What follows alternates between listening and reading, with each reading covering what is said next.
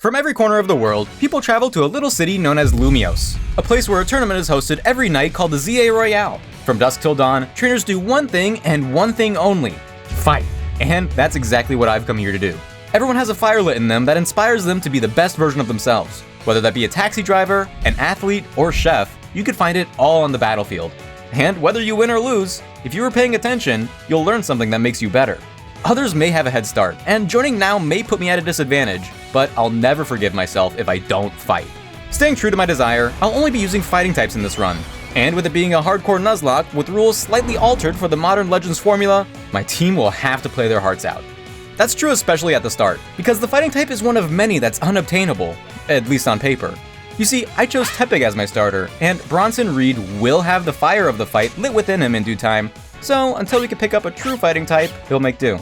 Our first problem of many is the best taxi driver around, who leads with a slowpoke with water gun. This super effective move will practically insta-gib us unless we're already far away, so running from the water bullet won't be much of an option. And that's not to mention the other two mons in the back. I've seen others in this exact scenario before, and let me tell ya, it was not pretty. Already, I'm gonna have to finesse every avenue I can to pull this off, and that basically means getting TMs from doing a mini Professor Oak's challenge. In the Legends games, I don't mind catching and evolving other Pokemon to obtain items, so long as I don't use them in the progression battles. This means I'm catching 50 flying types, 50 normal types, 50 bug types, 50 poison types, 50 electric types, and a handful of fairy and psychic types to fill out my wild zone research along with Mabel's research. I then evolve whatever I can to their second and sometimes third forms respectively for the evolution research, and for one last bump, I trade away 5 of the evolved Kadabras for other Kadabras to fill out the trait evolution research. If trades are allowed to evolve Kadabras in older games like Platinum, then they should be allowed here too. The primary reason I went out of my way to evolve these Kadabras was for the massive 6,000 point research bonus. But it turns out that Mabel doesn't offer that particular bonus yet. Looks like I'll be researching the old-fashioned way. Several excruciating hours later, I've finally done all of the necessary research. I took a risk and went to the ZA Royale to grind on the Pidgeotto trainer to evolve the last bit of Weedle. This is an optional fight, and every single time her bird went down, I ran away before engaging the Onix so that she would be ready to fight again. If I had defeated her Onix, then I wouldn't be able to battle her over and over again like I have. It was either this, or I emulated the game and used rare candies. This was all only so that Bronson could have access to both Protect and Double Team, which came all the way at rank 16. Because we still can't attack with anything stronger than Tackle or Ember, as nice as that would be, the promotion match versus Zack is nowhere near free. But it is underway. With Zack leading his Slowpoke, he'll predictably use Water Gun as soon as possible. That's why we immediately use Double Team. This move works just like Protect, giving us mere moments of invincibility. But it doesn't come out fast at all. To use it properly, I'll have to do some crazy predicting throughout the entire match. After we dodge their tackle with some sly movement, Bronson Reed and I go on the full offensive. However, Slowpoke is bulky, so we're still guaranteed to take more hits along the way. One of said hits is a Water Gun after I'm slightly too late in calling a Double Team. But with a lucky bird, Slowpoke goes down while we're still holding on to the Oran Berry. That berry eventually gets activated by the opposing Pidgey, and you can still see me figuring out the Double Team timing along the way. It's really not as good as Protect. Either way, Pidgey is taken out while we're in the green, and when Pikachu enters, I'm careful to save the Protect for his incoming Thundershock, his strongest move. From there, my first form powerhouse completely mows down Pikachu and wins us the seemingly impossible battle against Zack. I literally could not have done that without Double Team.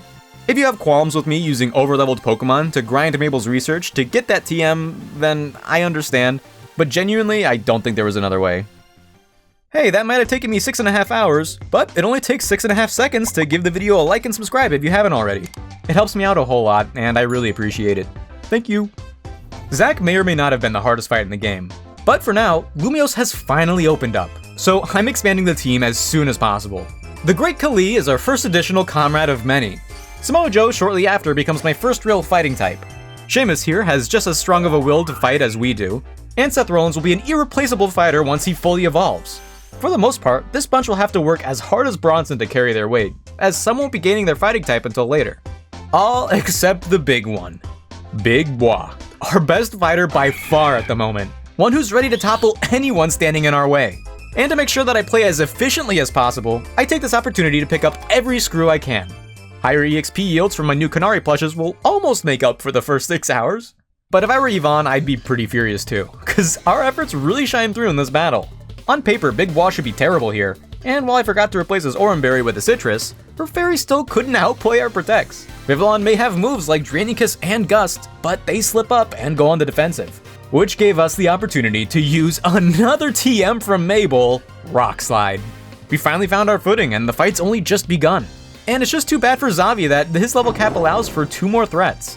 For the most part, Bronson Reed steamrolls his team with his new fists, aside from the Kadabra where Seth tags in and downs him immediately with a Shadow Claw. Reed tagged back on Furfro to do something I'm pretty sure you can't air on television. Our legendary run doesn't end there, because Rintaro made the mistake of challenging us next. He tried to one-up Xavi's Poodle with a pack of monkeys, but one by one, each go down. I'd be lying if I said it was close. Even Tawny, who's pitted us up against our first Mega Evolution, couldn't do anything. With a little bit of help from last-minute candies, Reed maintains full control of the fight. We're really doing it. Not only have I entered the ZA Royale, but ever since Zac, I've been thriving. I've heard rumors about Craze Artico wanting to challenge me for some rank skips, as apparently I've been doing too well down here. If that's the case, then I cannot afford to get overconfident. Instead, it's time to sign on some new fighters. Daniel Bryan is directly competing with Seth Rollins for screen time, so I'm eager to see what he can do. Brock Lesnar, on the other hand, isn't really that imposing. Oh my goodness!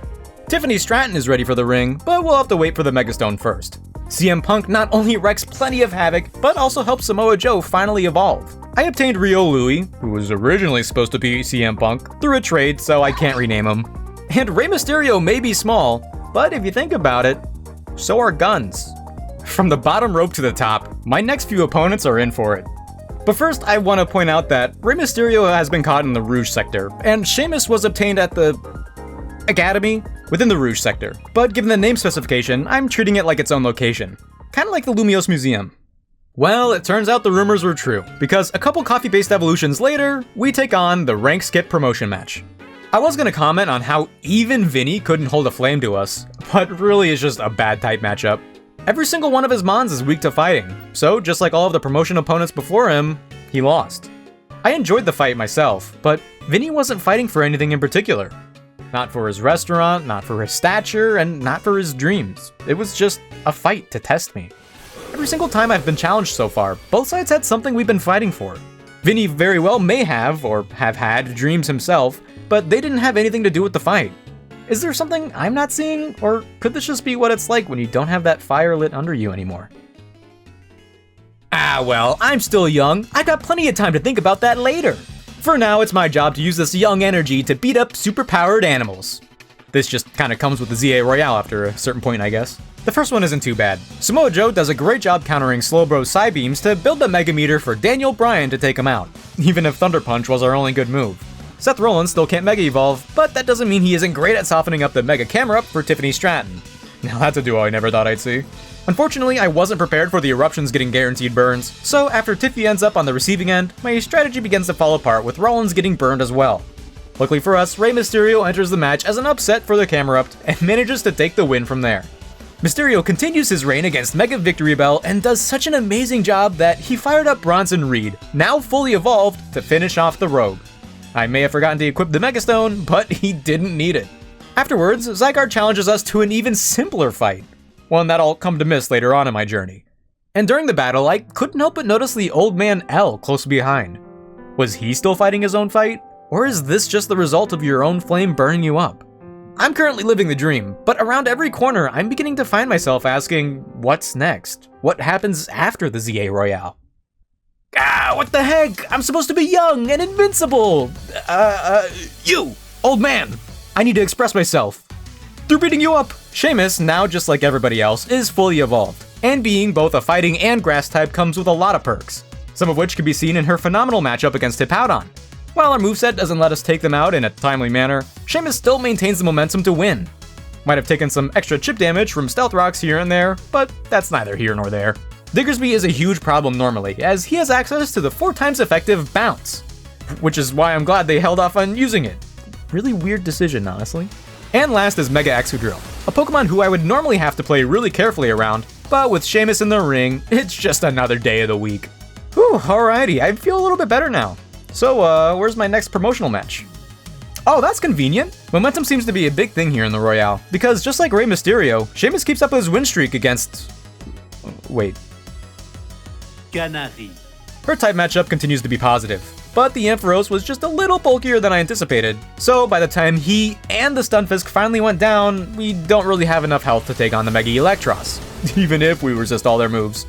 That's why I tag in Bronson Reed to match that energy and Mega Evolve himself. We may not resist their stab, but try as they might, no one's overpowering our Tribal Thief. And unsurprisingly, the next batch of rogues aren't really anything to write home about. I had tons of fun, but the same can't be said for the Beedrill and Bayonet. Their styles were just too gimmicky, so much so that our standard hand-to-hand combat managed to simply overpower them.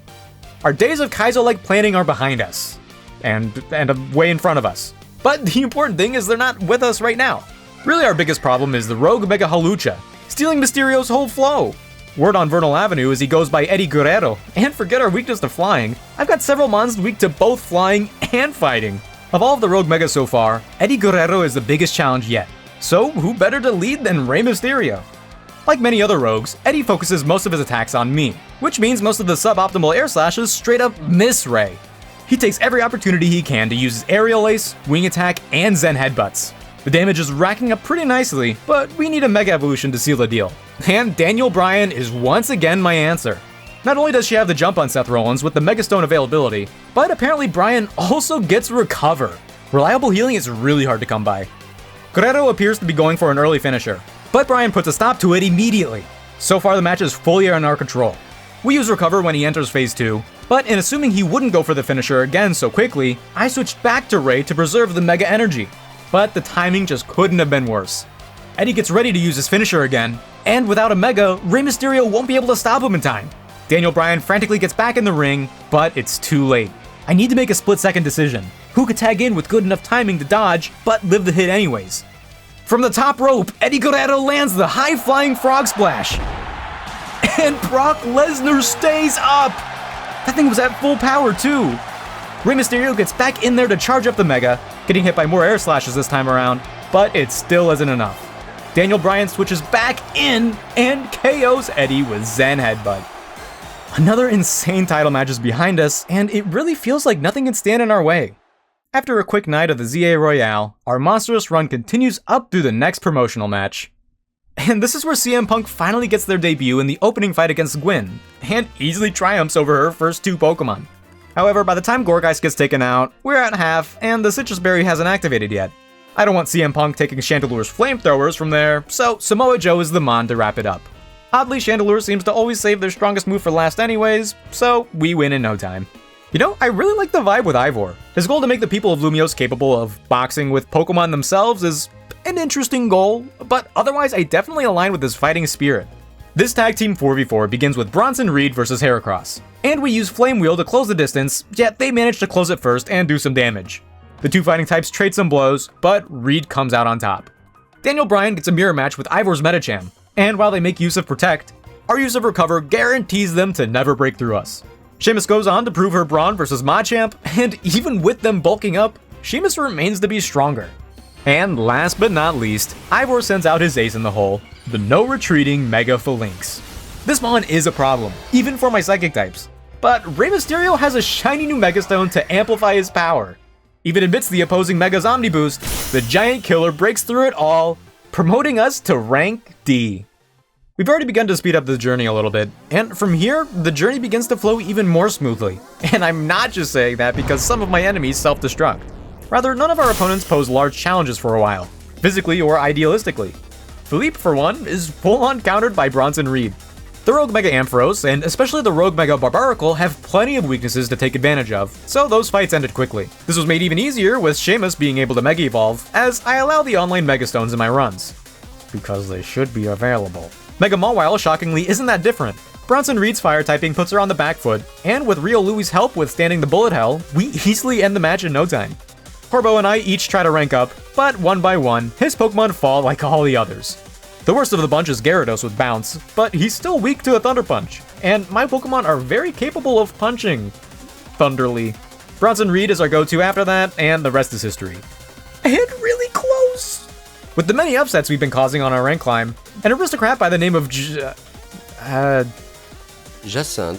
has invited Tanya and I to fight in her tournament. I am so unbelievably down, but the boss says otherwise. At least I get to fight more rogues, I guess.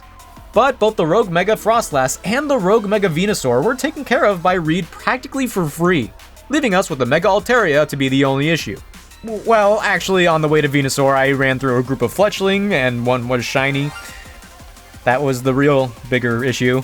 Regarding the Altaria, Riolu could take advantage of the Mega Fairy typing and sniper from a distance with a Flash Cannon.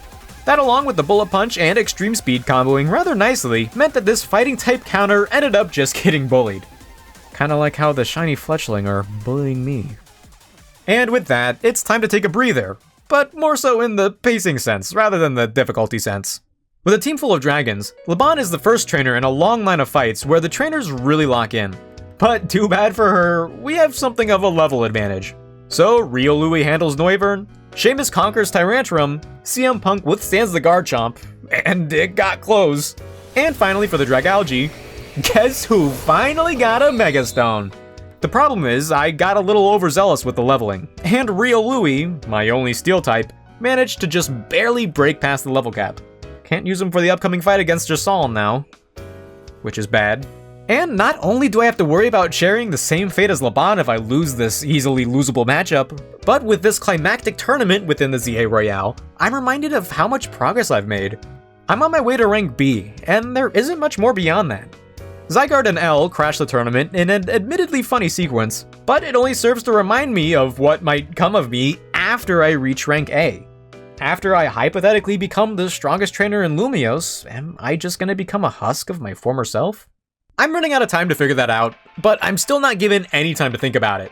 Jasal is challenging me to a battle, and I'm gonna have to play my heart out. First up is Sheamus versus Carbink. I recently picked up the Ironhead TM, which is our saving grace here, but it still isn't enough to one-shot our quad-weak opponent. I would say it was close, but Sheamus basically had to cycle her moves until Ironhead was available again. She took too much damage by the time Carbink went down, but that's okay because as long as things go to plan, we won't need her again.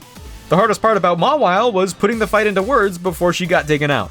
But between Moonblast and Psychic, Gardevoir poses a much larger threat, one that only Seth Rollins can handle. They do get the Calm Mind set up before he tags in, but between his carefully crafted attacks and a Protect blocking their one Moonblast, Rollin ends it very quickly. Aurorus was the only real positive matchup for my fighting types, and still managed to get some big damage on Brock Lesnar. If I get forced to pivot mid-fight, then it's not great that I'm running low on healthy fighters. Because Mega Clefable not only comes with a Mega Boosted Moonblast, but she also has the Stab super effective Air Slash for coverage, and Protect for longevity. Even Riolu would have struggled with Mystical Fire as well. So now I have no other choice but to debut my earliest capture all the way from Wild Zone to the Great Kali. We take the initiative and use the first move in Stone Edge. As predicted, the Clefable blocks it, but she's already rattled as we could tell by their imperfect Protect. The Great Kali keeps the pressure going with Rock Blast, and it was all just too much for Mega Clefable up through the final hit. We stumbled a little leading up to it, but we've made it to rank B. Only one last rank to reach. My journey beyond its conclusion is still unclear to me, but I can find solace in the fact that every step along the way, I've been fighting for this opportunity to the best of my ability. Whatever happens beyond this point, the team and I will at least be able to own it. To continue to make sure that I do everything right, I conduct my final night of the ZA Royale before progressing anywhere else. These trainers are usually a little behind me level-wise, so by grinding them out before the rogue matches or promotional shenanigans, I'll be using my time the most effectively. And it's important that I do, because the final batch of these base game rogues are some of the most difficult. Even Mega Tyranitar, who's 4 times weak to fighting, is particularly tough. Fighting! That's my whole thing! The thing is that he's very bulky, and able to consistently deal damage while withstanding most attacks. Brock Lesnar does a phenomenal job throughout Phase 1, where we can finesse moves like Stone Edge by going in circles. But by the time Phase 2 begins, Brock has taken a little too much damage for me to feel comfortable. Even Stone Edge poses some threat now, until I realize I could just dodge its spray by pivoting from side to side. From here, I really wanted Tiffany Stratton to take the stage, but the Sand Armor is just too much for drawn out fights with physical attackers, which are most fighting types. With all of the sand tombs scattered around, I struggle to find my footing until a certain Pokemon comes to save the day. one that can take hits and dish them back just like Tyranitar. And that's none other than CM Punk. With an amazing opening from Big Bois, Mega Starmie's first phase is obliterated in no time, making way for CM Punk to continue his run. Starmie may have run around a lot, but with Mega Bulk Up, Punk only needs to land his hits a couple of times before we win. Mega Dragonite has a handful of exploitable weaknesses. I'll be taking particular advantage over their weaknesses to moves like Rock Slide and Ice Punch. Or rather, I would if they didn't put me on the back foot so soon. Unlike most other rogues, Dragonite's answer isn't simply a 2-mon solution. Brock Lesnar has the ability to do damage, but with air slashes flying about, it gets precarious. Bronson Reed actually has a handful of rock attacks he can use, and while he switches in on his own air slash, he still manages to land some decent hits. When Dragonite begins using Hurricane, I can only imagine that it does both flying and electric damage. I think. So I leave it to Real Louie to tank the damage and dodge whatever he can. As the Air Typhoons aim for me specifically, dodging actually isn't too hard. But Dragonite has a handful of special attacks at his disposal. So in between storms, if I go for ranged moves like Rock Slide or Dragon Pulse, my Pokemon would very likely enter the attack radius of moves like Fire Blast. Even with his resistances, Real Louie isn't safe. Instead, Seth Rollins takes it upon himself to chip away at the Dragonite, bringing them to Phase 2. The biblically accurate Mega is way more aggressive in this state, but that's exactly what we wanted. Dragonite is left wide open after using Hurricane in an attempt to charge his Hyper Beam, a move capable of one-shotting anyone. But too bad for the Rogue Boss. It's Tiffy time! I was saving her for this charge up, because if you don't have a Mega ready, it's incredibly hard to interrupt the Hyper Beam. Now, between Tiffy's Play Rough, Ice Punch, and Stab Headbutts, we break the charge every time. They still get some lesser Hyper Beams off afterwards, but this is another great time to tag in Real Louie to tank him. When Dragonite comes back, they attempt to charge up Hyper Beam again, but in this scenario, my high-flying gymnast always comes out on top. Compared to the grind of getting through Jasant's tournament, this final section before the Rank A promotional match feels like it takes no time at all. But at least all the battles are fresh and new, like this one against Emma. She's testing me to see if I'm strong enough to handle the information she's about to give me on the other Rank B trainer. And honestly, with Mega Malamar as her ace, I'm questioning if she's strong enough. But that's none of my business. Grizel, on the other hand, does pose a sizable threat, with all of her Pokemon being powerhouses in their own right.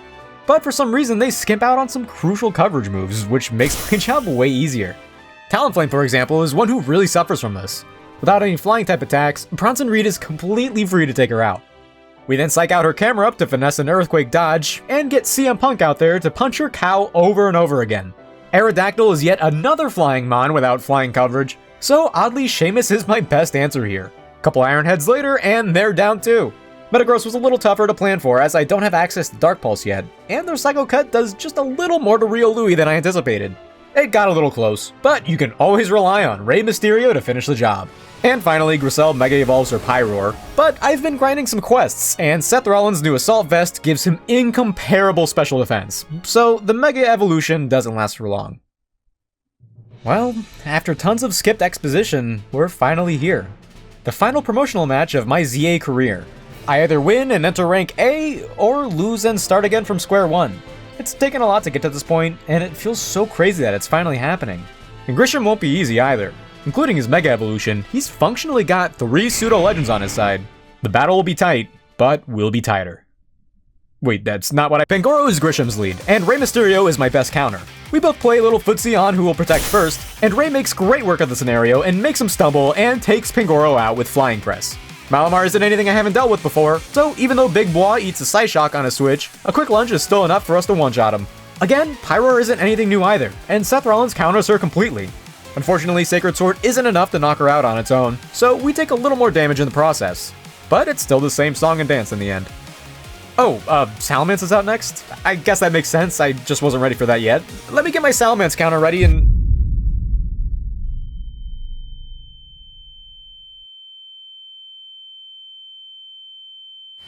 The Great Kali enters the fight and Mega Evolves to parry the Earthquake.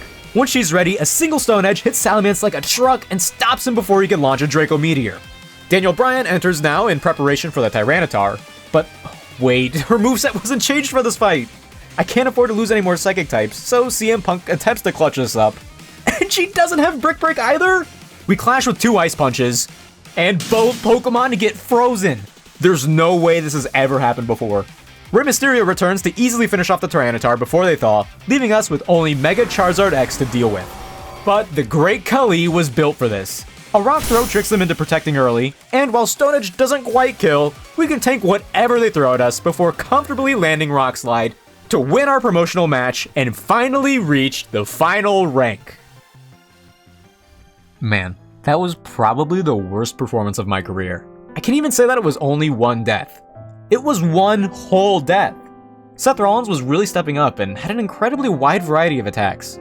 I only hesitated for a second and it cost her everything. And now, what's left for me?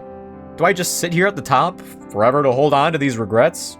I should be celebrating, but how could I without the full family of fighters that brought me all the way to the end of the ZA Royale? I guess I'll just sleep on it for now and figure it out tomorrow. Huh? What? What's going on here? Oh man, I should have learned how to read. It looks like my fight isn't over yet. Not only is Lumiose in danger, I live there by the way, but Tanya also made it to rank A. We need to find out who's worthy of fighting with Floette, and battling is the only way. Tanya's been fighting her own fight and been compared to me the entire time, and now she wants to prove she's just as strong as me. Either way, I would never say no to a fight, and this could be just the thing I need. Or I'm addicted, who's to say? The battle to find out which of us is officially the strongest trainer in the ZA Royale is underway, and Tawny has less than an ideal start. I was prepared with Samoa Joe to break her screens, but the first one she sets is Light Screen, so there's no Reflect stopping Crunch from getting the Oko. Samoa Joe is 4 times weak to Fairy, however, so with Meganium coming out, presumably readying Dazzling Gleam, I switched to Bronson Reed while dodging the Leech Seed. This Meganium has prepared an expanded moveset, and now the super effective Earth Power comes our way. Thanks to Bronson Reed's showboating, we aren't able to protect in time and take some big damage from the attack. He at least dodges Dazzling Gleam with a well-timed T-Crash, reminiscent of his double teaming days, but it doesn't do as much as I'd like, as Flame Wheel doesn't pick up the kill. And by this time, the now unblockable Earth Power is charged up. But Brick Break hits just in time to finish her off. Gudra's next and is typically a hard Pokemon to break through, but CM Punk is harder. Parting Shot weakens their attacks, so we're safe to unleash our entire arsenal on the Seismic Slug. Avalugg is here and gone in a matter of seconds thanks to our special attacking Rio Louie, and Manectric is just too frail to be any different against the Beast Incarnate. Last is Tawny's Water Dragon starter, and I have almost no super effective attacks to land on this thing. So if I'm gonna have a drawn out battle with it, I'd rather have no one else on the field but Sheamus. The two behemoths trade blow after blow, but before long, Feraligatr gains the advantage. Crunch lowers our defenses, and Breaking Swipe even lowers our attack through Spiky Shield. We recover somewhat with Giga Drain, but it's not enough. With half of our stats lowered, and our health even lower, Sheamus bets it all on his final Bullet Seed. And we've done it! Feraligatr falls, and we've cemented our place as the strongest trainer currently in Lumiose. We've still got it. My team of fighters still got that fight in them. And while my dream to become the strongest has seemingly been achieved, there's still more to do. Lumiose is still in danger, and Tawny takes it upon herself to head to the tower with Floette. Honestly, I prefer to be down here anyways.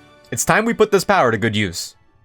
So the wild megas that are rampaging the streets are like mini rogues, and fighting 2 at once is no joke. If you have the right mons, you could cheese them with moves like Perish Song, but we have no such mons. Instead, I'll be leading with, wait, does Mega Heracross have a vent in its stomach? That's disgusting! Rey Mysterio's job is to focus their quad-effective flying attacks into Heracross, but we don't have the Mega ready right away and get sniped by Gengar's Icy Wind. Fortunately, we timed it detect rather nicely, while Lita and Naveen took some of the pressure off of us, letting me sort of safely Mega Evolve Ray and finish off the Body Horror Bug. With the Assault Vest, Samoa Joe can clutch up and knock out Gengar the very same. Now the next batch has not only a Garchomp, but a Pidgeot too. This round is way more precarious, not only because of the type coverage, but because both the Pidgeot and the Kangaskhan would not leave me alone. Fortunately, the bird isn't that bulky, so the Great Khali was able to do most of the work, leaving Brock Lesnar to deal with most of the Kangaskhan's health thanks to the Shell Bell keeping alive. By the time Rio Louie finishes her off, Ivor and Gwen have already handled the Garchomp. That was pretty lucky. Then the fight against Blastoise and Steelix turned out to be a little bit of a break. Even with both of them focusing Sheamus down, the tank just didn't care. Leech Seed and Giga Drain did wonders for our longevity. Let's go, Sheamus! The Great Khali had an equally easy time at first against Salamence and Aggron. Our bulk up boost made most moves like Stone Edge very effective, until Salamence started spamming the special attacking Air Slash. Aggron quickly picked up on that damage and headed our way to finish us off with Iron Head, which landed, but Kali managed to live it. CM Punk then tagged in to take out Salamence, while Real Louie was the one who eliminated Aggron. But even with such a good team, I do not have a good answer for Mega Gardevoir and Gallade, as it stands. Psychic, Fairy, and Fighting is just the perfect combination of types to deal with me. I'm pretty much at the mercy of whoever the AI decides to focus down, but I've had a manageable track record so far. I've also got Daniel Bryan, my only Pokemon with reliable recovery in Recover. We Mega Evolve immediately and ready a Recover to counteract any damage we take. Brock Lesnar tags in with his moveset tailor-made for fighting the Gardevoir, along with the Shell Bell for some mode of recovery. Between Heavy Slam and Detect, we can manage to dodge multiple attacks. We only have to tank a single Psychic before we may not have managed to do much damage, but Real Louie is still a good matchup in spite of Gallade still being on the field. While he's distracted, he's not distracted. He's not distracted! Ray pivots in so Rioli can dodge Psycho Cut, and Gardevoir may use Psychic, but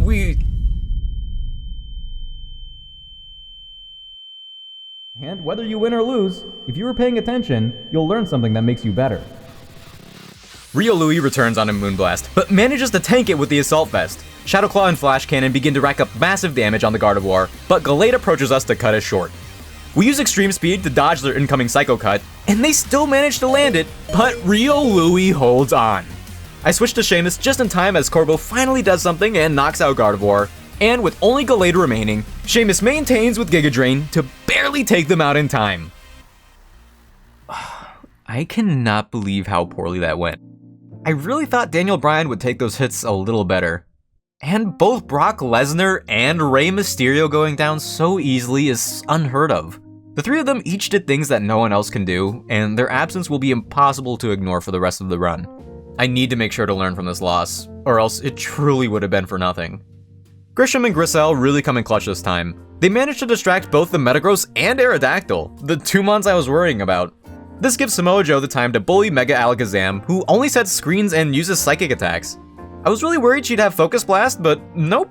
By the time the surprisingly tanky mod goes down, the other two were most of the way there. Without the mini rogues noticing me, this last battle ends surprisingly easily. I've completed the ZA Royale and made it all the way to rank A. Even the other trainer who made it to rank A was defeated, albeit barely without a death. I thought that was it. There was no real goal left for me to aspire to. But not 30 minutes later, a couple wild Pokemon did what only one other trainer was able to do. 3 times over.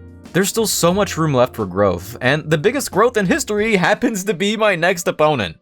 I planned on having a slightly different team on hand for this fight, and having 2 Mons on hand that need to Mega Evolve to be able to be used raises my chances of getting soft-locked.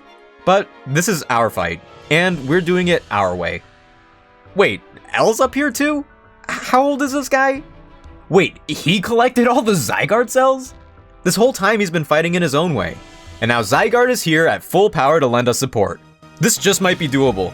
Rey Mysterio sacrificing himself in place of Real Louie was a gift, one that my bipedal dog does not take lightly.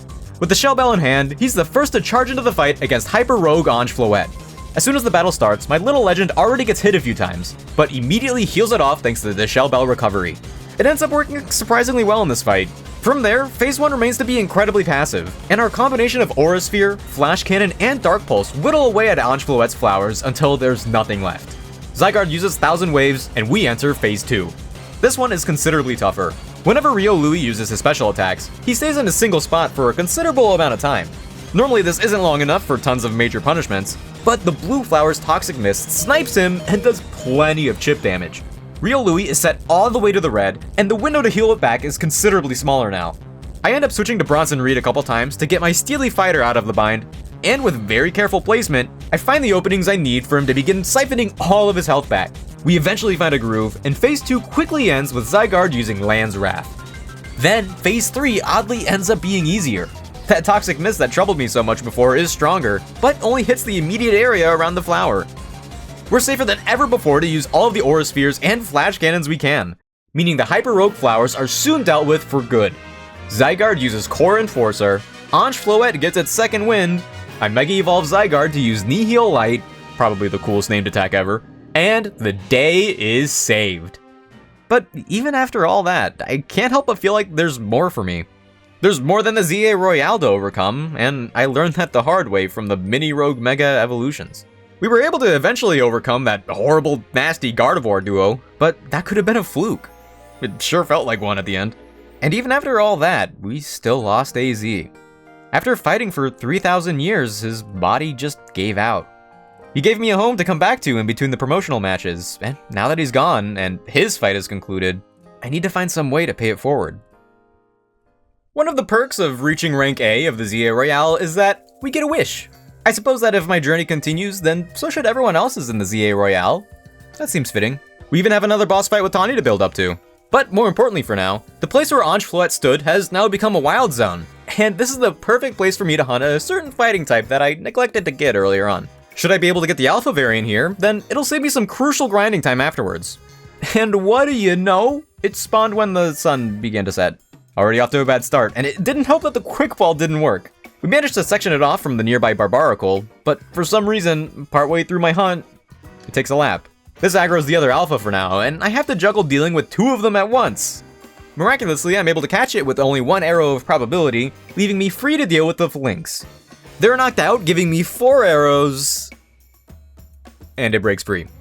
What are the odds? Begrudgingly, I head to Wild Zone 16 to find a lower leveled alternative. And let me be the first to introduce you to the Shield. With my Royale funds, I've bought enough EV medicine to max them out and begin participating in the Infinite ZA Royale to level them up. And even in the first night, my team gets a lot of experience points. This is great, except for one small caveat. The level cap for this is 72. In order to get to Tawny, I'll have to fill out 15 battle tickets, and by then, I'll be way over leveled. It'd be impossible not to be. Even the other trainers leading up to her circled that level cap of 72. So while it's a continuous main mission, I think the Infinite ZA Royale lies just outside the reins of a post-game Nuzlocke. Ah well, I just fought Tawny anyways. Getting revenge on Zach for making me waste all that time felt pretty nice though. With our second victory freshly earned, I get a call from Lita to head back to Hotel Z. Thank goodness, get me out of this grind. Oh, Elle says that 2 legendary Pokemon are on their way to Lumiose, and it's up to me to take care of them. Yeah, sure, why not? Actually, hey, since I'm here, thank you so much for collecting those Zygarde cells. I'm pretty sure I genuinely would have been killed otherwise.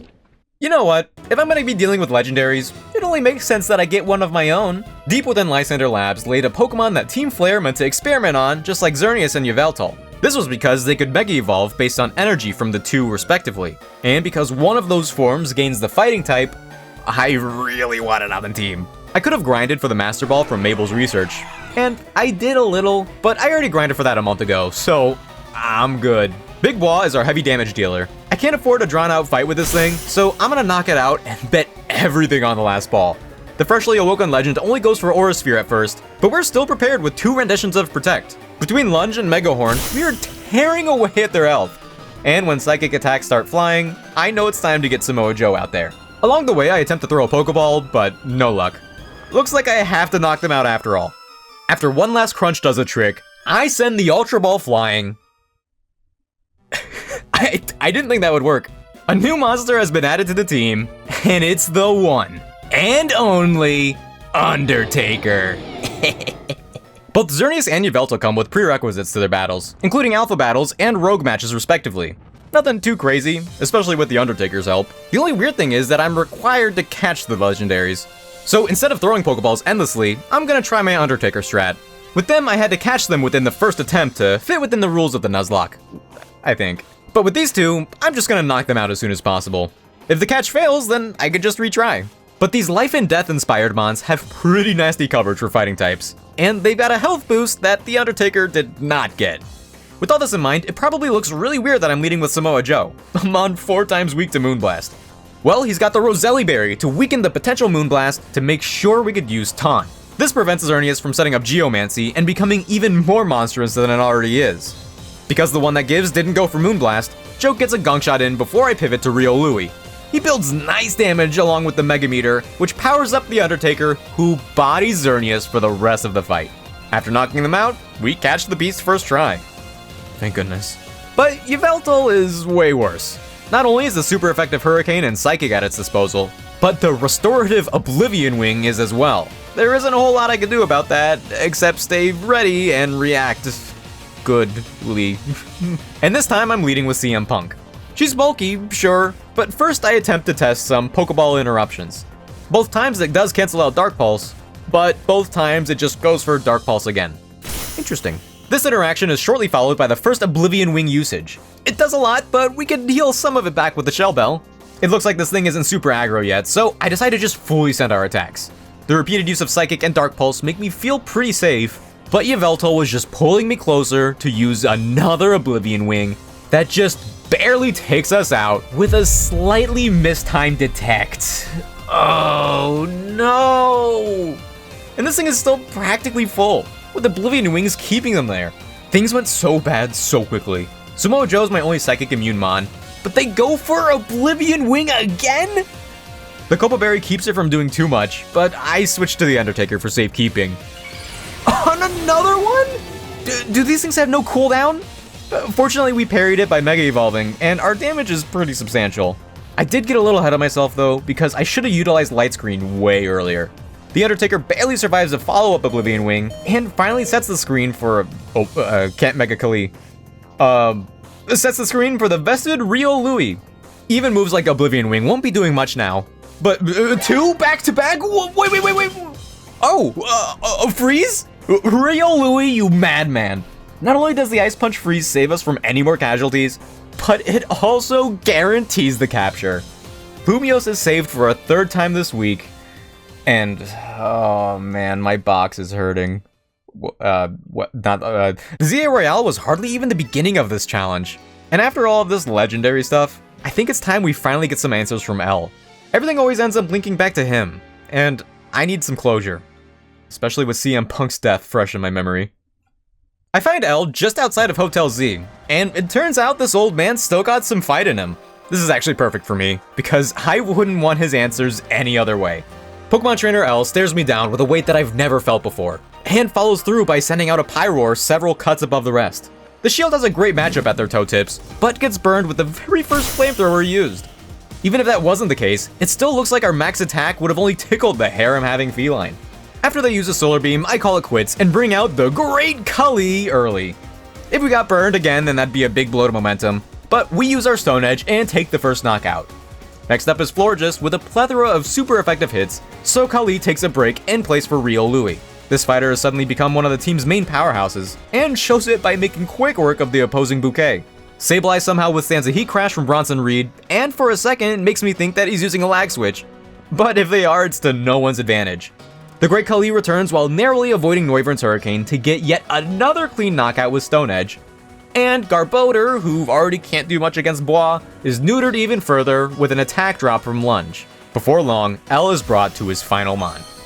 The very same Gyarados forced to fight for Pokemon Extinction is now fighting alongside L for fun. And that might make it scarier than it's ever been. Our only shot at success here lies with Seamus, who can't Mega Evolve while Kali is still in there fighting for him. We got Spiky Shield to help out, but it turns out it doesn't fully work against plus moves. We end up taking the full force of multiple attacks, while our super effective moves aren't quite closing the gap. The battle cuts close with Seamus entering the red, so Big Bois takes her place, eats a nasty waterfall, and breaks the Gyarados to finish the fight, winning us the battle against Lumiose's first super boss. I really thought L was some decrepit old man going on autopilot, but he's still really motivated. Even after things went so wrong for and with him, he's able to keep going and keep fighting for a more beautiful world. In a way, he succeeded with his help for Zygarde, who's apparently beckoning me to the center of the city for an unknown reason. Man, if only there was a clue as to what they want. Now, I like a good fight, but I'm no fool. The upcoming rogue fight against Zygarde has 3 phases, and they are in no way easy. Well, the first phase is a little easy, but this fight is a marathon that lasts 3 rounds, and with a level cap of 84, there aren't many avenues for my team to withstand the whole fight. There is one, however, and that's based solely on a rumor. A rumor that says there's a back alley vendor selling some insanely good TMs, but he'll only show up in towns with a great donut scene. And even then he's still not cheap. Step 1 isn't too difficult to complete, because Team MZ is coincidentally welcoming a new member, who just so happens to be a donut whiz. The only problem now is that Tawny used up all of our butter, so now I'm the errand boy. And man, are you kidding me? I have to battle? The butter is also an interest to two characters that have never interacted before, so that means we're gonna have to have a double battle. This is the first of many that we're gonna be dealing with, and I assume as a balance under the chaos found in Legends ZA, Game Freak left these guys around level 70. It's still chaotic, even while being at level 83, but we manage with the classic strat of aiming down one side first, then leaving the other defend for themselves. Thing is, I can't control Tawny, so Tarragon eventually gets a fresh new Mon out there. And at one point with Tawny's Pokemon freshly downed, Samoa Joe gets doubled up on. He holds on like a champ, letting me get the Undertaker out there to finish Joe's plate. Wait, is that a phrase? We bring the coveted Lumiosian butter back to Ansha, and I don't mean to blow my own horn, but this donut looks like it smacks harder than Anthony Joshua. But we're not done yet. Ansha's Hoopa wants to eat the donut near the Saizen Canal, and they just go in the hyperspace portal? I mean, Ansha's got a legendary with her. I'm sure she's fine, but you know what? Zygarde probably has all the time in the world. I could make time. So this is our first time in Hyperspace Lumiose. A sick and evil version of Lumiose where everything is gray, and there's new Pokemon, and free healthcare. Okay, well, it's actually pretty horrific, because along the way finding Ansha, we get jumped by a pack of new Pokemon. And it's Mankey? I would kill the rest of Team MZ for a Mankey, but alas, it can't be done. I'm not gonna lie though, these things were actually jumping me. Even with 9 levels of Donut Boost, all 5 of these little gremlins were doing some serious damage. I just wanted to use enough moves to Mega Evolve the Undertaker, but I hardly had the opportunity. I began to panic, and honestly from here, this entire interaction becomes a blur, and I'm not joking. But the point is, we do get out of there in one piece, and I really am not sure how. Well, dude, that can't be good. Oh, a title card? No! With the revelation of Hyperspace Lumiose's existence, Ansha puts us on this little quest in hopes of finding another legendary Pokemon for her mom. Some people's greed sickens me. But we'll get back to this later, because now I could properly build for Zygarde. Would you look at that? The good stuff's here. I'm broke? Well, fortunately, I've gotten pretty good at farming Mega Crystals for the EXP candies. So before long, I return to the most conspicuous alleyway in the region and pick up the TM for Drain Punch and Dual Chop. Dual Chop is great coverage, but the big one is Drain Punch. Consistent recovery on pretty much everyone is a game changer. Well, we're here. This is the Pokemon boss that's most compared to a Dark Souls boss, and this is the first time that there's so little exaggeration. Zygarde 10% form is a great warm-up for Seamus, the fighter who I planned on primarily using in this fight.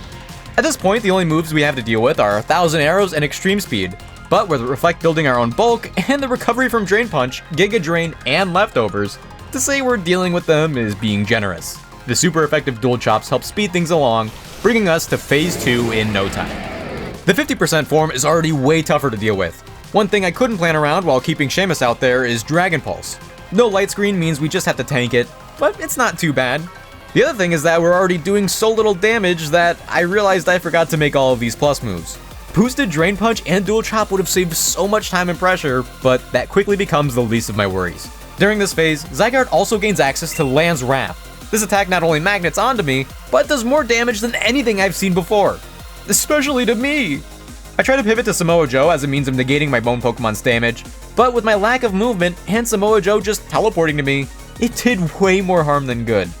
After switching back to Seamus, I figure that if I want to heal up Joe with Drain Punch and Shell Bell, now's my chance. Otherwise, the opportunity will just get harder and harder to find later on. But this legendary sees a kill, and locks in Dragon Pulse that just keeps going. But so does Joe. Dual Chop is used before I can switch, and the Shell Bell barely keeps her alive. Alright, back to Seamus. My main Mon here continues to whittle away at Zygarde's health, with an unstoppable amount of regeneration keeping her healthy. But I've got this Mega Energy, and honestly, I'm dying to use it. And between Drain Punch, Ice Punch, and Play Rough, Tiffy really starts giving Zygarde the works. Down to a quarter, Lance Wrath is unleashed again, and in my fumbling to keep Tiffany alive, I just about failed to keep me alive. It went without saying before, because it never got this close, but if I die, the run does not end. But that doesn't mean there aren't any consequences. Instead, one of the 6 Pokemon on my team randomly sacrifices themselves to keep me alive. And oh man, I cannot afford to lose any of these guys. Once Tiffy's Mega Form runs out, I return to Seamus to keep her doing what she's been doing best. As Zygarde enters the red, Land's Wrath is used once again, and this time I tell Seamus to focus down mid so she doesn't get clipped. But I get sent to the red. The last hit just barely misses me, while Seamus finishes the job, and we enter the infamous Phase 3. Now, Zygarde's entire toolkit is available, and beefed up way more than before. Even with Seamus' great stats and move pool, if she wasn't resistant to ground types, I don't think she'd be able to pull through as much as she does. But then the 100% powered Zygarde realizes this too, and charges up Core Enforcer. Yeah, that one. This is one of the 2 attacks that have very tiny dodge windows, but this one isn't as bad if you know where to look. The attack makes a Z shape, so wherever Zygarde goes, as long as I go as far left or right as possible, it should miss. Just gotta get Seamus to hug the wall. Seamus, get over here! Phew. Thousand Waves is another move that can mess me up. It doesn't do as much damage, but it locks whoever's hit to be unable to switch for a while. For now, this isn't an issue, as Seamus is a monster, but if it happens to one of my Mons who are only fighting types when they Mega Evolve, and their Mega runs out, then they'll just have to sit there and wait until they can switch again. And then it begins. The final form's Land's Wrath has been buffed to hit the entire arena from outside in. Twice. At first the center is the safe spot, but getting out unscathed is the hard part, and Seamus can't switch with iframes. The land makes its way towards us, and... I mean, I knew she resisted it, but I really thought it would do more. Well, once the option becomes available, I unleash the Undertaker with their nasty Drain Punch, Ice Beam combo. Our damage output is higher than it's ever been, and my legend is really living up to the title.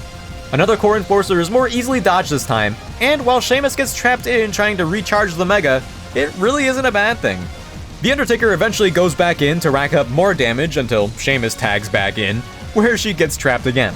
We have to wait a little while longer before the Demon of Death Valley returns, but after another Core Enforcer gets dodged, an opening is created, and we take it. Boom! Ice Punch, boom! Drain Punch, and boom! Ice Beam finishes off the Zygarde 100%, winning us one of the hardest rogue boss fights in the entire game, Deathless. I was fully prepared for that to go so much worse, especially after Samoa Joe almost died. We made it, albeit with a little DLC help, but the entire base game of Lumiose is complete. Lysander confides in me that not only have I proven myself beyond any doubt to be the strongest in Lumiose at this moment, but I also inspired him to continue fighting for a more beautiful world. He's definitely doing it in a different way than before, which is great, because 3,000 years of before doesn't sound great. Well, back to a normal life of just chilling and battling. I wonder what that'll be like with any major cataclysms now. Oh wait. Now, I'm gonna warn you. The whole level cap ordeal is really weird in the DLC, and I'll get into my proposal on how to handle it later, because for now, I'm just gonna set it to the Mega Evolution successor, Corinna. She's also really cool and uses fighting types just like me, and her Pokemon are at level 85, so that'll be our cap for the moment. And while I'm as ready as ever to fight her, our introduction to her has to wait. Instead, I'm tasked with checking out these hyperspace holes and studying them, which is fine because I was gonna use them to get new encounters anyways. These things are really weird, and are another modern mechanic that doesn't really fit into the Nuzlocke rule set. For example, I was under the impression that there were 10-ish different maps that Hyperspace Lumiose used. That could still technically be true, and according to Serie B, there are up to 10, and you can tell which one is which based on the available Pokemon listing. Or so I thought. Right away we find one with Crabrawler, and this one should be from Hyperspace Wild Zone 5. I get this tiny little map that sucks and I hate it, it's so buggy, where we catch Otis, and aww, she's so small. According to her summary, the Hyperspace Lumiose is just all one place. So if I want more than one encounter in the entire DLC, I thought basing it off of the different maps would be smart. But when I went to encounter Clavopus by Wild Zone 3, it was the same map. It only occurred to me afterwards that the Wild Zones referenced on Serie B likely refers to whichever Wild Zone the distortion is near in the overworld. If I'm being 100% honest, that sounds more annoying to keep track of than anything else. Alternatively, I could limit my encounters to 1 for each difficulty rating, but I think I'm just gonna catch the fighting types. Welcome in, Kurt Angel! After entering this tiny, horrible, disgusting hyperspace hole for hopefully the last time, we pick up John Moxley and get out of there as soon as possible. These hyperspace holes provide me with plenty of EXP candy, more than I've ever really had before, and that's used to help catch up the new teammates. But only kinda, because they were all caught at like level 2. Awesome. With that, it's finally time for Karina's time to shine. And look, I know Mewtwo might be a really strong pick for this run, but with how difficult this game gets, especially beyond Zygarde as a whole, I'm not gonna turn my nose up to a good Pokemon. Sure, the Undertaker has an insanely great matchup into Karina's team, but just think about how hard this battle is emotionally. For me, getting reminded about Brock Lesnar and Rey Mysterio and... You just had to bring it up, didn't you? From here on, Karina's main job here is to assist Tawny and I with quelling new rogue Mega Evolutions. In a way, that's what all my other new encounters are for too, because regular Pokemon battles just aren't relevant anymore in the DLC. You see, every mandatory trainer battle in regular Lumiose circles around level 70, like the first double battle did. They don't really get any harder at all. It's hyperspace where the real challenge lies. With that being the case, it only makes sense that level caps are now determined by the next rogue boss. Yep, 105. This cap applies both inside and outside hyperspace. Yes, this means my team can get up to level 100 on their own, but in hyperspace, I cannot eat a donut that'll send the team past that level cap. I'm not really sure if there's a better way to handle level caps here, but I'm pretty happy with the solution for now. The only issue being the grind to catch us up to that cap, because even with the consistent influx of EXP Candy XLs, it's still a grind. But hey, I've been doing that this whole game, so what's new? With Otis, Kurt Angel, and Jon Moxley finally up to par with the rest of the OG team, we head on to the Hyperspace Hold to challenge the first rogue fight in the Mega Dimension, Mega Absol Z.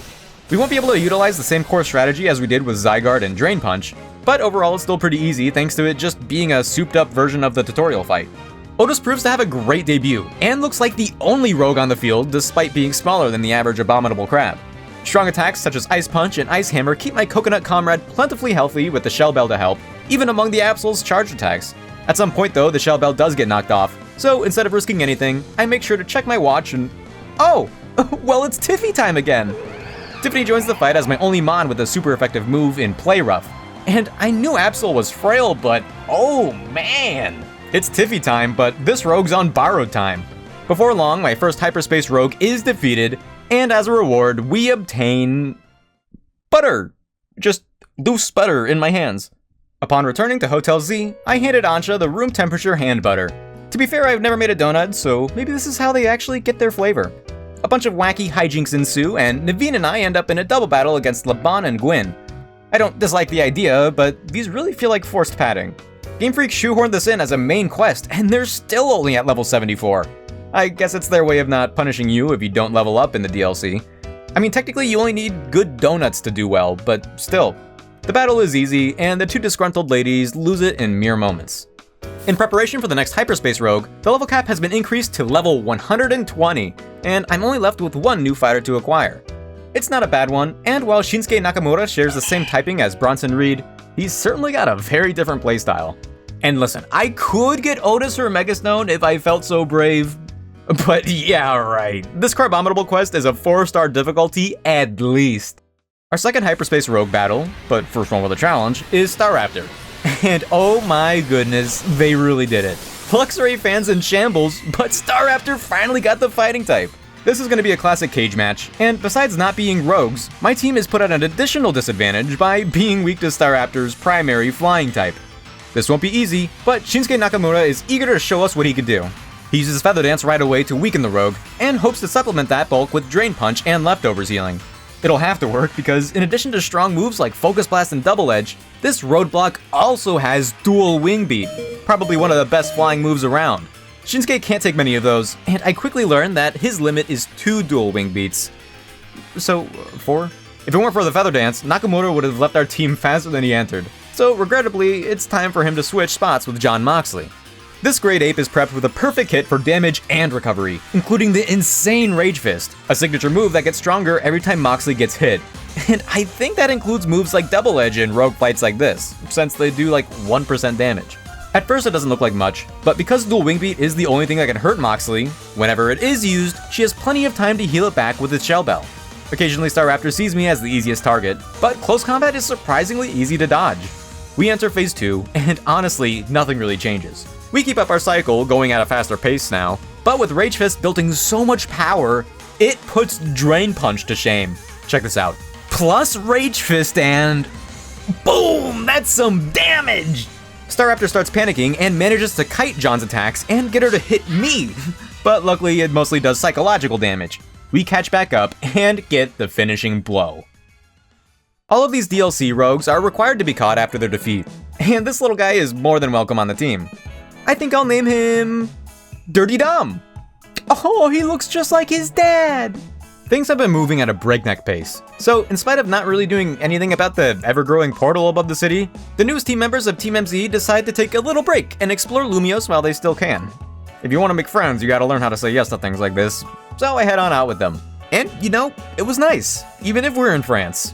I did forget to hit record, and the autosave screwed me over, but never mind that.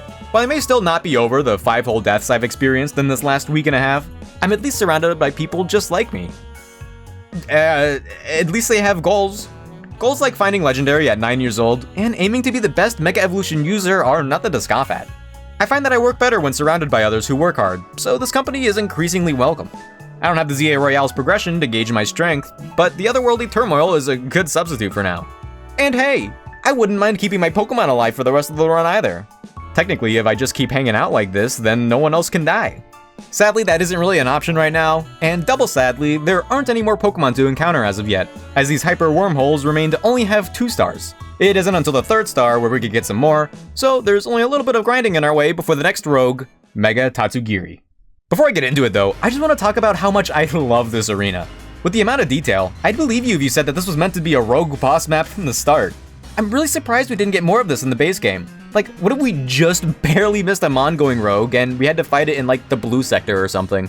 I'm sure there are several places where that could happen. Maybe it never happened so that they could have parity with the Switch 1 version, which probably couldn't handle something like that. At least without some Scarlet and Violet level performance. Anyways, this Tatsugiri fight isn't anything crazy. Their Dragon Rush and Ice Beam are pretty easy to dodge, leaving Kurt Angel completely safe to rack up damage. I really wanted Octolock to work on them and lower the Entree's defenses, but I guess bosses are immune to the elongated stat drops? Or maybe it's just Octolock, I don't know. Their Baby Bomb is also weaker and easier to dodge than I remember. So after a little more damage, I bring out Dirty Dom, who learns Outrage apparently? The only problem is landing the hit, because Tatsugiri becomes way more elusive as the battle goes on, frustratingly so. But it's so frail that the few hits we do land are more than enough on their own. We get out of there, but this is the last easy rogue. Technically now, there are 3 more encounters I can hire, but I've spent way too much time getting them to spawn. I'm looking for 3-star fighting type wormholes, go figure, but none seem to spawn. I guess there's just too much competition between the other types, other star difficulties, the side quests, and the battle zone portals. I could clear out the quests at least, but yeah, right. Those double battles and mega battles are too scary for now.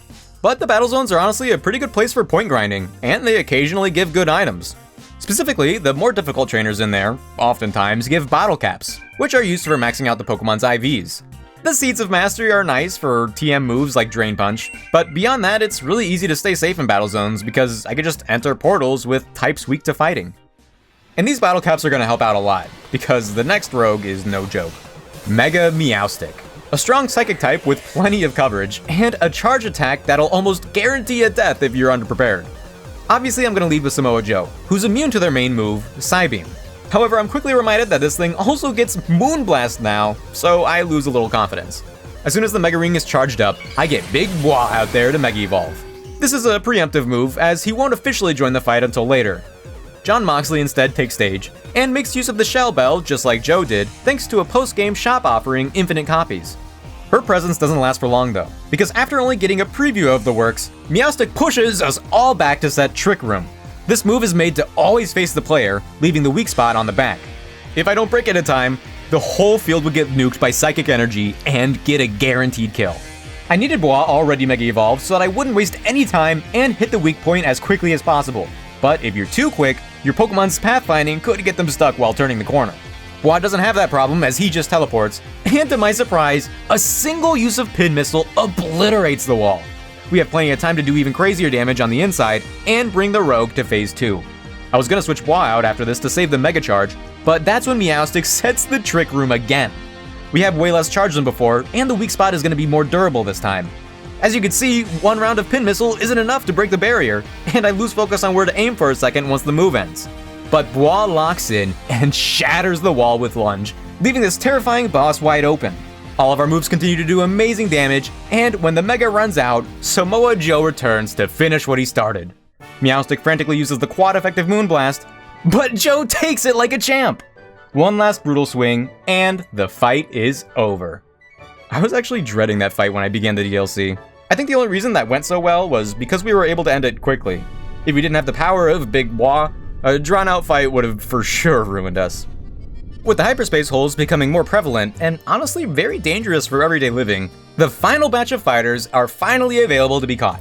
Jey Uso and Jimmy Uso are both added back-to-back from different hyperspace zones, though with them being two more mono fighting types, I'm left wondering how they'll mix things up. After that, we signed on Drew McIntyre, and now we have two birds on the team at once. Not sure why he's carrying that big thing around. I figured it'd slow him down, but it's fine. He can do him or whatever.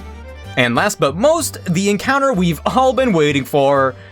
Actually, 4-star zones aren't available yet, so we gotta keep waiting. I bet you'll never guess who the last available fighting type is. As I got closer and closer to starting this fight, I realized the Mega Heatran is a hurdle that's even higher than Meowstic.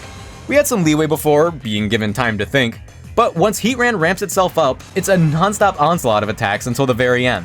If you ever doubted Heatran's legendary status, this fight will convince you otherwise. The Uso brothers are my openers here. Jimmy has the brawn to hit this incarnation in a bunch of different yet slightly similar ways. We make perfect use of the slower start of the match to rack up a bunch of damage. Flash cannons and magma storms are launched along the way, but on their own they're easy enough to dodge. Jimmy Uso can even use his plus boosted dynamic punch. Rogue bosses may be immune to statuses like confusion, but they aren't immune to right hooks. Shortly before phase 2 activates, Heatran charges the move I'm dreading the most. For what feels like forever, they fire off magma straight from the source while other magma storms are still up. My hardcore Nuzlocke rules say that I have to keep him on in the entire time, and if Jimmy Uso follows me from start to finish, he'll take way more damage than he can handle.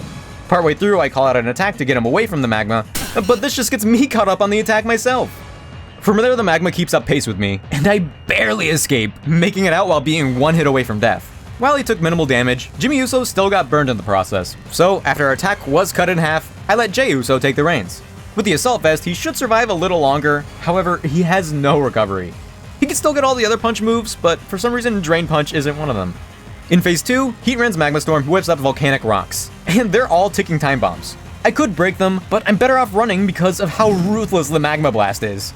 Given Jey's Assault Vest, I feel more secure in focusing on myself and book it. Both Jey and I still get clipped plenty of times along the way, but we end up in a much better position than last time, even among all the explosions. But he's burned, so it's time to switch again.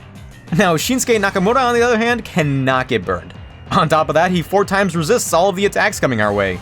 He can't Mega Evolve, but he can still do plenty of work even without any plus moves. The Magma Blast is fired off again, and just like Jey before him, I leave Shinsuke to fend for himself. However, he appears to get caught in a few more explosions along the way, and in order to keep him alive, I need to pause and switch him out. I cut it real close, but Jon Moxley tags in just in time. A moment later, and Nakamura would have been gone. Moxley proceeds to accumulate damage on the Rogue Boss, and with the help of everyone before him, this legendary gets conquered. Man, what a nightmare. I thought about doing a steel run instead of a fighting type run at first. I don't think I could have made it out with steel types. See ya, Heatran! Heatmore should have got a Mega instead. As we get closer to stopping the ever-growing hyperspace hole above Lumiose, I get an increasing amount of ominous and vivid nightmares of some being telling me to stay away. And now it's telling me that it hurts, and asks for me to help. Brother, I'll help, but if you kill my Pokemon, I'm gonna be so upset with you. And my nightmares aren't the only thing that's getting worse. The Rust Syndicate headquarters gets temporarily taken over by hyperspace. Fortunately, the situation kind of solves itself, more or less, but we're clearly running out of time. And even with a level cap all the way at 200, we're gonna need one last boost to firepower. And that boost is one that only Flamigo can provide. I bet you could imagine why Flamigo was the final fighting type in this game. Bianca Belair here has pure, unadulterated strength, unmatched by any that come before this beast. But that's not all. In our last bit of grinding here, I finally take on the 2 Mega Crabominable. I need the power that comes from the Mega Stone, and I think I'm ready now. To my surprise, Shinsuke comes out in place of Bronson Reed. He isn't as bulky, but I'll let him put on a show.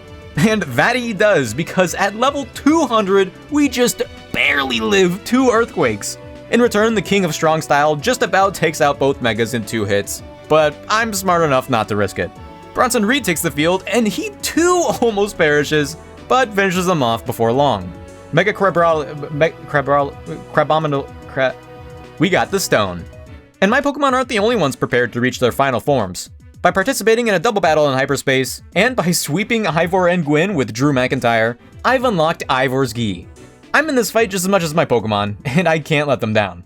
After even more grinding, just about everyone has reached level 100. It wasn't easy, and I have way more hours in this run than I ever planned on. We actually have a huge advantage in the next fight type-wise, surprisingly. But with the source of all these mega dimensions being a hyper-offensive nightmare with 2 phases, I'm not counting my chickens just yet. Especially because we need a particular donut to initiate the fight. This donut needs to reach very specific flavor ratings, and with how strict the guidelines are, I can't make one that lets us reach the level cap, nor one with any meaningful boosts. And that's not to mention the donut only has 4 stars. I'm not even sure if the portal will stay open long enough. Everyone's ready to do their part, as this fight isn't one we can do alone. And oh my goodness, one gust of wind would end the run right now. But the special donut is made just in time, and Hoopa sets their ring, allowing us to walk through to the other side. Tawny, Corita, and I are welcomed with a scene reminiscent of New Moon Island from Sinnoh, but this version is way more imposing. As we make our way up the path, we just about reach the arena before meeting someone who's been long gone. AZ meets with us to finally say goodbye. Tawny suggests he's just a dream, but he replies saying, sure, but life is a dream. And no matter what happens beyond this point, tomorrow will be a better day. We part ways for the last time, and approach Darkrai. At first I was confused. The nightmares they gave us always began with, stay away, only to end with a cry for help. And now that we're here, Darkrai is doubling down on its warning. It's in pain, but the energy from Anshvalot has continued to enrage it. The nightmares weren't threats, they were warnings. But who would I be if I didn't do my best to end this? Darkrai is getting quelled, and it all starts with Bianca Belair. Our rotation of attacks provides us enough mobility to somewhat keep up with Darkrai. They are a mythical, however, so we aren't 100% accurate, but with the help of a couple plus moves, Bianca can stagnate them and wreak havoc. This promptly gets Darkrai to use Dark Void, which got buffed in this game. This attack lands in practically every corner of the arena and does damage on top of setting the Drowsy effect. Being a rogue boss, Darkrai also has their ability and subjects us to bad dreams, so if I don't get Bianca out of there, the tick damage would never end. I make the decision to send out Otis, albeit a little earlier than I planned, but with the damage she does, it's no problem. Darkrai is immediately put in a daze, while Otis continues to unleash her entire arsenal. Given our own otherworldly attacks, Phase 1 ends in mere moments. Instead of giving in though, Darkrai is forced to Mega Evolve, and turns into an Eldritch Horror straight out of a Kirby game. Which is a compliment, by the way. This thing now has a stat spread built almost perfectly for Legend ZA, prioritizing special attack and bulk all the way. But you might find the bulk part hard to believe given the continuation of Otis's rampage. That isn't just an abominable crab, that's a killer. Darkrai is forced to use their ultimate ability, and double team to fire off 2 different iterations of Dark Pulse. If you aren't on top of this, you will take non-stop damage. But Otis keeps up the pressure and takes out 2 of the copies before they get the attack going. Samoa Joe then withstands the remainder of the attack and recharges the Mega Meter for Otis to return on whatever that is. Future Sight? Sure, it's big damage, but Drain Punch heals it all back and proceeds to transform this dark matter into a punching bag. A last-minute getaway is attempted, but it's no use. Otis finishes the job, and the day is saved. I genuinely did not think Otis would have been that good here. I have picked up the Megastone for fun, but I don't think anyone else could have done that kind of damage. No more major cataclysms remain, but our fight isn't quite over. Ansha still wants to find her own legendary, and we're gonna help her. She's like a little sister, how could I say no? With this new quest underway, we've got way more research points to grind than ever before, but this time it might be a blessing. It gives me time to meditate on our strats for the upcoming Origin Form legendary fights against Kyogre and Groudon. Admittedly, I'm not too worried about Kyogre, but Groudon? I am nothing but worried about Groudon. But we'll get to that later. Yes, over an hour into the video, we'll get to it later. At this point in time, the research meter is pretty big, so I need to change some things up.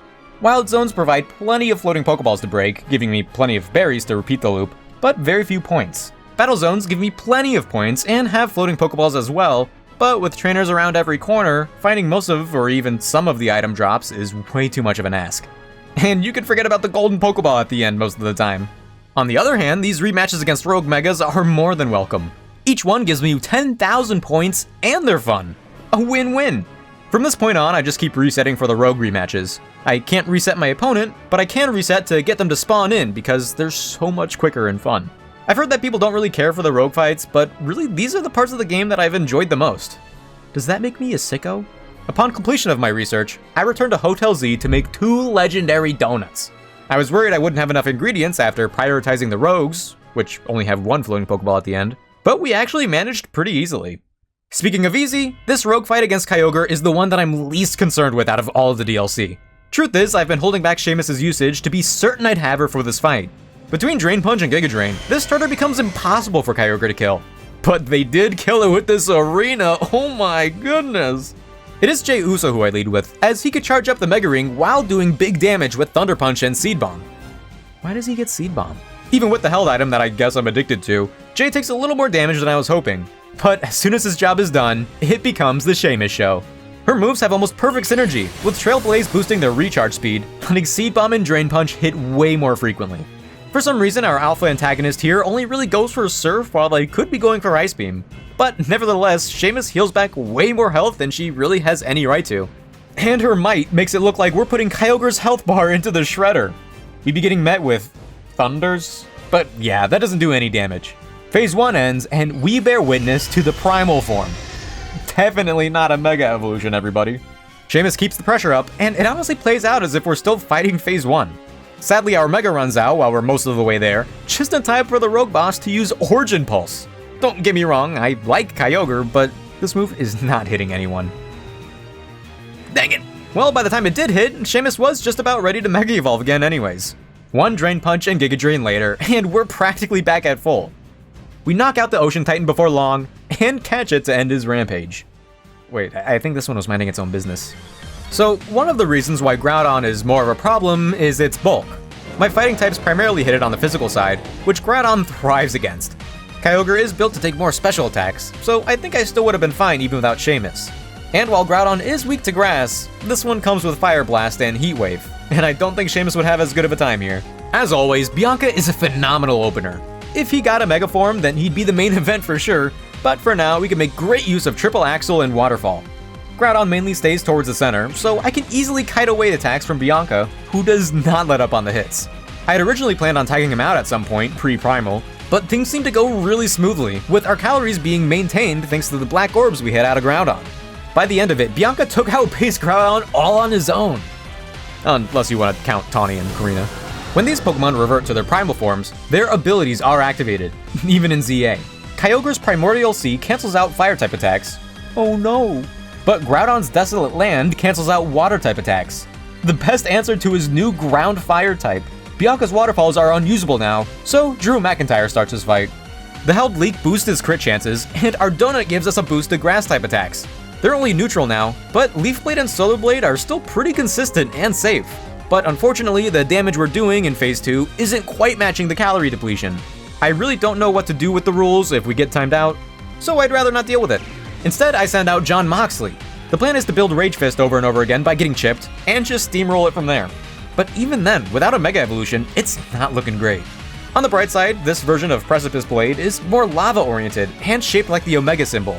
Most of the time, by going left or right, you can find the safe spot and attack from there. We return to the regular loop, and for a second, I consider pivoting to the Undertaker who can Mega Evolve. But they're equipped with support moves like Recover and Light Screen, so our pressure won't be as consistent. Plus moves need to be prioritized, because with the right amount of damage, we can continue hitting the Black Orbs out of the Primal and freeze the time limit. We continue racking up damage, but it's almost as if the Rage Fists aren't properly boosting for some reason. Either that or Groudon is just that bulky. Moxley keeps it going, doing her very best to keep the run alive. She keeps getting hit by fire attacks along the way, and somehow avoids getting burned throughout. With that little bit of luck and consistent pressure, Moxley manages one final plus boosted Rage Fist that finishes off the Groudon. I catch them with the perfect Pokeball, and we head back to the Rust Syndicate. We're just about ready. With both Kyogre and Groudon caught and studied, all of the preparations have been made to fulfill Launch's dream and catch Rayquaza. Said dream can become literal thanks to the residual energy of Darkrai, and the hyperspace holes open up right above Hotel Z. Wait, isn't this just as dangerous? There's just one tiny small litty bitty task left. Get 100,000 research points. Even considering our lesser berry gainage from the Rogue Mega rematches, after an hour of taking down 10 of them, we head to Hotel Z and make a Rayquaza donut with plenty of berries to spare. I'm bringing a carefully crafted group of fighters to take on this Guardian of the Sky, not only because I'm set on completing this request for a certain surrogate sister, but also because it's for me. The dream of putting it all on the line to reach the top of the ZA Royale was short-sighted. It was completed a long time ago now. But the drive to fight, the process of doing so, and spending time with those I've met along my journey have become the real fire that's been lit under me. There's always a fight to have, and I don't know what awaits the team and I after this, but regardless, we're here to fight. At the top of Hotel Z, Karina and Tawny are ready to take on the final boss. It's actually kind of weird because thinking back, we always get ready without Tawny, and she has to play catch-up. So much so that I didn't even see her appear in time for the last few bouts. This must be serious. I've fought other flying types before, but Rayquaza is the king of them all. The aggression in particular is going to be really tough to deal with. Before the fights even started, the deity descends from the sky the same way it did to end the original fight between Groudon and Kyogre. Rayquaza recognizes us to be just as much of a threat. I'm starting this fight with the one who started it all, Bronson Reed. We may not have any 4 times effective ice attacks to use, but our rollouts and dual chops managed to get the first job done, while only getting clipped by a few hyper voices here and there. Could've gone better, but not bad. As soon as Reed gets the Mega Ring charged, I unleash Otis and Mega Evolve immediately. It may be in my best interest to preserve her, but in Phase 2, in a similar manner to Groudon, Rayquaza gets rid of all of their weaknesses relating to flying. Ice will still be good, but this is the only time it's extra good. We also got a nice little ice power-up from the donut. Her Gorilla Crab just about takes out Rayquaza then and there. But right before we could get the last hit, Twisters are set to mess with our footing as Draco Meteors rain down from the sky. Otis doesn't have reliable healing, so I switched to Bronson, but heavily underestimated the scale of this attack. A single meteor almost takes him out, and Real Louie tags in just in time for the save. As a steel type, he resists the meteors and barely withstands several direct impacts. And I'm right there with him! I've gotten hit so much that one free-flying branch will take me out, and an extent, one of my Pokemon. Fortunately, the meteor showers run out of juice, and Otis dodges multiple meteor beams upon returnal to knock Rayquaza into next week. But oh, does time fly. With the Mega Form still active, Otis continues to unleash Ice Punch after Ice Hammer over and over, with a Drain Punch here and there for some recovery, though it isn't much. The amount of damage Otis otherwise manages to maintain is immaculate, though she somehow gets clipped by Outrage along the way. Twice. However, this isn't the fight where we can begin pivoting. 2 Mons can't afford to switch in, and 2 others are only allowed to fight if they Mega Evolve. But someone's already Mega Evolved right now. We have to keep on fighting. And then we see it. Rayquaza's ultimate move beginning with an inescapable tornado. Dragon Ascent. Otis frantically attacks the upstream with everything she's got, but no one else is helping her. Pretty soon we lose the opportunity to focus it down, and I begin to panic, as the attack doesn't look like it's been weakened enough. The Mega is still active, but maybe it'll end as the attack hits, making her invulnerable? What happens after the ZA Royale? There is no real goal left for me to aspire to. Technically, if I just keep hanging out like this, then no one else can die. Am I just gonna become a husk of my former self? But I'll never forgive myself if I don't fight. John Moxley enters the fight with a vengeance. Rage Fist may not be powered up, but that just gives her the opportunity to land more hits. Ice Punch, Dual Chop, Outrage, Rayquaza takes them all. Before long, the superpowered Mega Legendary heads to the center of the arena to charge up a Dragon Ascent again, and that move will surely claim another life at this point. But Dirty Dom comes through. He blitzes towards the center of the field and immediately uses Aerial Ace, defeating Mega Rayquaza, defeating the DLC, and defeating the entire game. I really don't know if it was possible to do that without any deaths, but Otis put up a heck of a fight, and I don't think she would have had it any other way. We survived, and made it back to Hotel Z to tell Ansha and the others all about our battle, about how we fought to the very end. There's still more to Pokemon Legends ZA, with the other legendary fighting types, legendary quests, a mythical rogue boss, and even a couple hidden super bosses. This game has a lot, and while it'd be great to do them, I think Rayquaza was the perfect place to end it. And it kinda goes along with the idea that there's always more to do, even after achieving your goals. It'd be a little weird to end the run with literally nothing left to do, you know? And at 65 hours, I think I've gotten my fill. If you're still watching at the very end, I can't thank you enough. This challenge run somehow ended up being even more time consuming than I anticipated, and I've put a lot of heart into it, if it wasn't obvious. This isn't my job right now by any means, but if you liked the video today, then you could maybe help me go down that path by liking and subscribing if you haven't already. Also, I tried to give every Pokemon some time to shine. Did I give your favorite the time they deserved, or were some of them underutilized? Let me know in the comments. Other than that, that's all I've got for you today. Thank you all again so much for watching. I'll see you guys next time, and have a good one.